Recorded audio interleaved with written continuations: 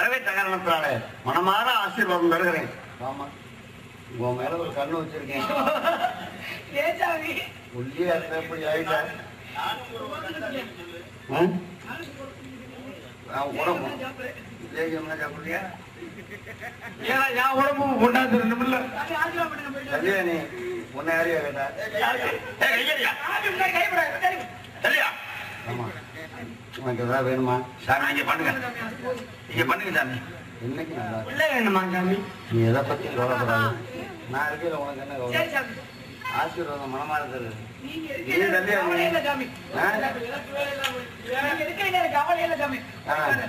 ரஞ்சிதா மாதிரி நான் நித்யானந்த சாமி மாதிரி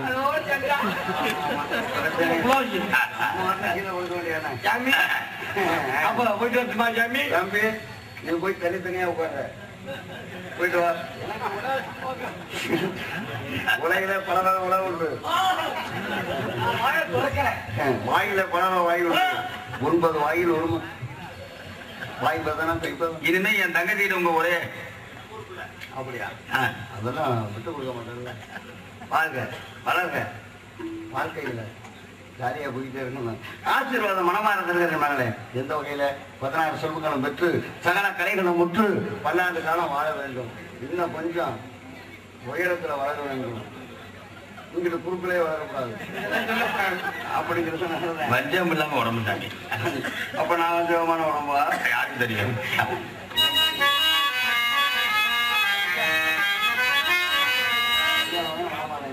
அதே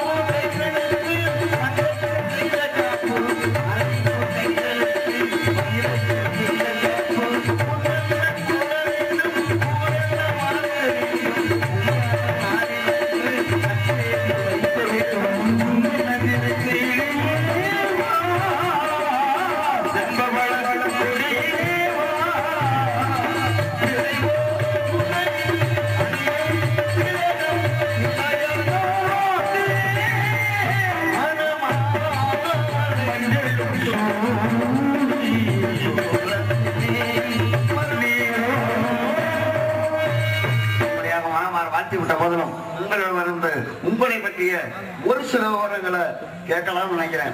கேட்கலாமா?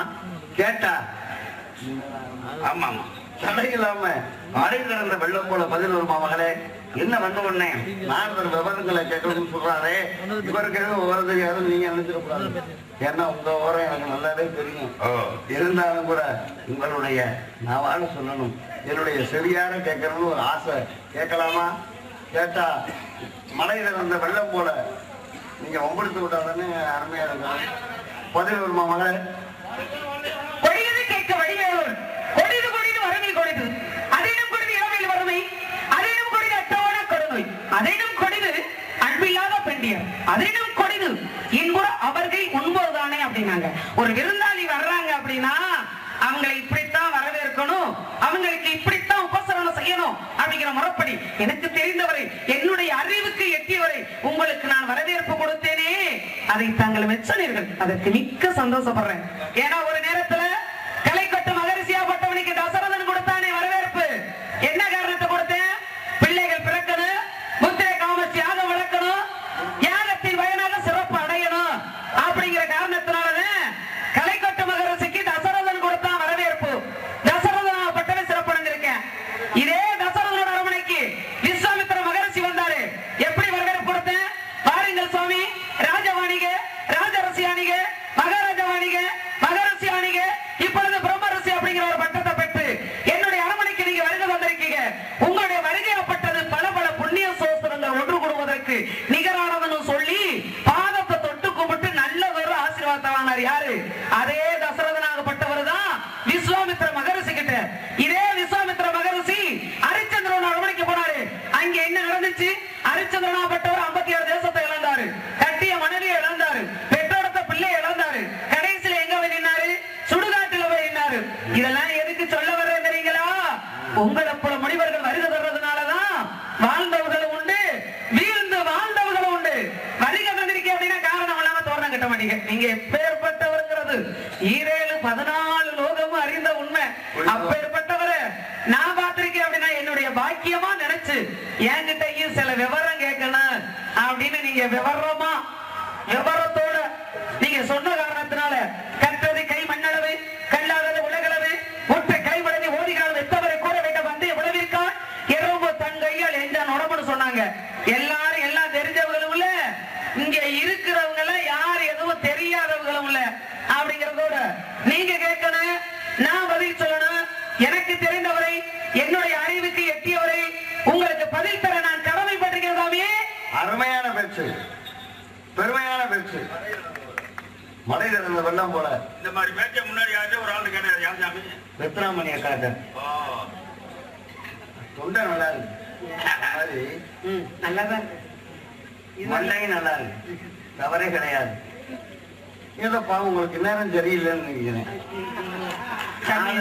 வருதோ இல்ல, ஆறு தெரியாம சந்திச்சுக்கிட்டு இன்னைக்கு இருந்தாலும் கூட அழகா வரவேற்றீங்க. ராமாயணம், மகாபாரதம் இதெல்லாம் நான் கேட்டேன். உங்களை பற்றிய ஒரு சில விவரங்களை கேட்கலாம்னு சொன்னா கேளுக்கிற சாமின்னா முடிஞ்சு போச்சுக்காத. தசரதன் வந்தான், கடைக்கோட்டை முனிவன் வந்தான். எங்க ராமாயணத்துல ஆளுக்கு 10 கல்வி பேசுவோம். உங்களுக்கு என்ன தெரியும்? பாவம் சின்ன பிள்ளை கிளவியில நான் பார்த்துட்டு வந்திருக்கேன்.